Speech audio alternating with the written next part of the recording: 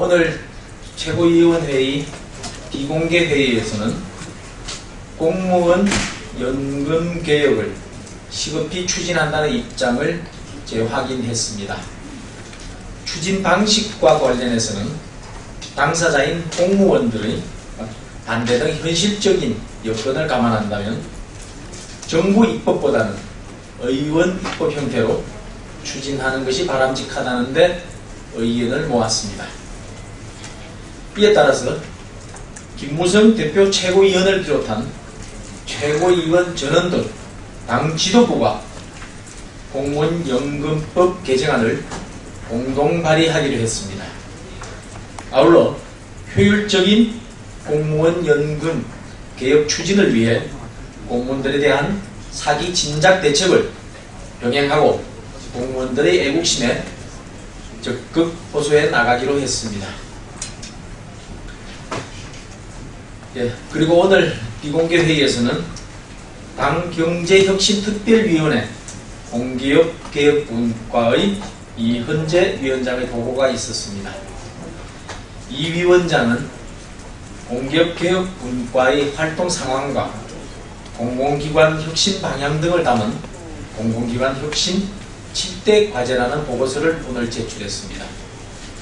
공기업개혁분과는 지난 4월 1일 당 경제혁신특별위원회 산하에 구성된 이후에 7개월 동안 부처 및 공기업 의견 청취 등 22차례의 전문가 회의 등을 통해 공기업 개혁안을 마련했습니다. 공기업 개혁분과는 이 같은 개혁안에 대해 정부와 최종 협의를 거친 뒤 공공기관 운영에 관한 법률 등 관련법 개정을 추진하기로 했습니다. 오늘 보고된 공공기관 혁신 7대 과제의 혁신 방향에 대해서 간략하게 소개해드리겠습니다. 첫째, 그동안 중앙공기업은 지방공기업과 달리 자본 잠식 상태에 빠져도 퇴출이 불가능했으나 앞으로 지방공기업법을 준용해 중앙공기업에 대해서도 퇴출 규정을 도입하기로 했습니다. 둘째, 전체 412개 공기업 중 3년간 적자인 자회사가 275개에 이릅니다. 이 부분 다시 하겠습니다. 둘째, 전체 412개 공기업의 자회사 가운데 3년간 적자인 자회사가 275개에 이릅니다. 이러한 자회사들이 퇴직자의 재취업 창구로 악용되는 사례를 방지하기 위해 과감한 정리를 통한 부채 감축에 나서도록 했습니다. 셋째, 해외 자원 개발 진출 시 방만한 부실 투자를 방지하고 민간 역량을 활용하기 위해 공기업 단독 진출은 자제하고 민간 컨소시엄을 원칙으로 하기로 했습니다.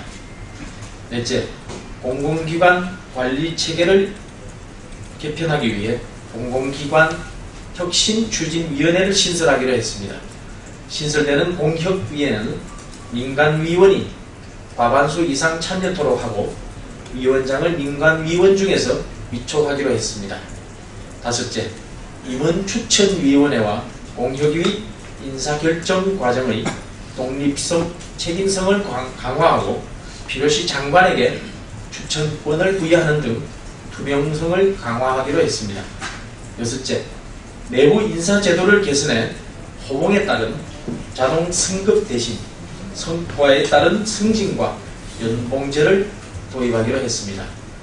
공공기관 자율성 확대를 위해 상장 공기업에는 계량지표에 의한 경영평가를 시행하기로 했습니다. 일곱째, 정부 정책을 공공기관에 떠넘기는 것을 방지하기 위해 공공기관 경영계약제를 도입하기로 했습니다. 다음은 에볼라 바이러스에 대해서 말씀드리겠습니다.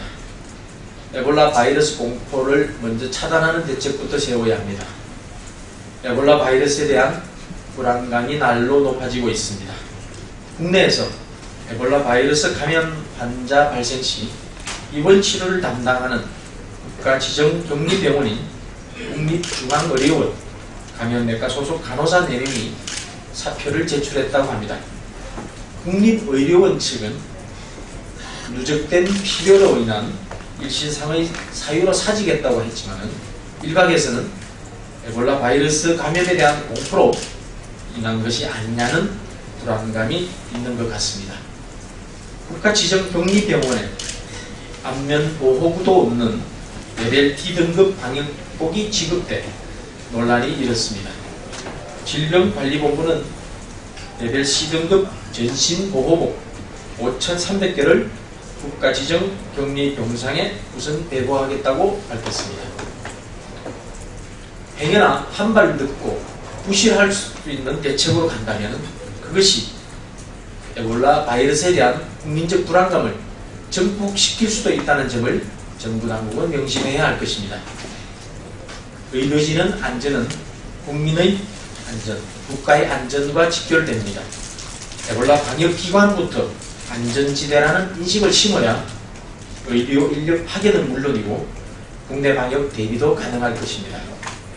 정부는 국내 병원을 비롯해서 에볼라 바이러스 피해 지역으로 파견될 의료 인력의 안전과 건강을 최우선적으로 고려해서 안전대책을 철저하게 마련해 줄 것을 당부합니다.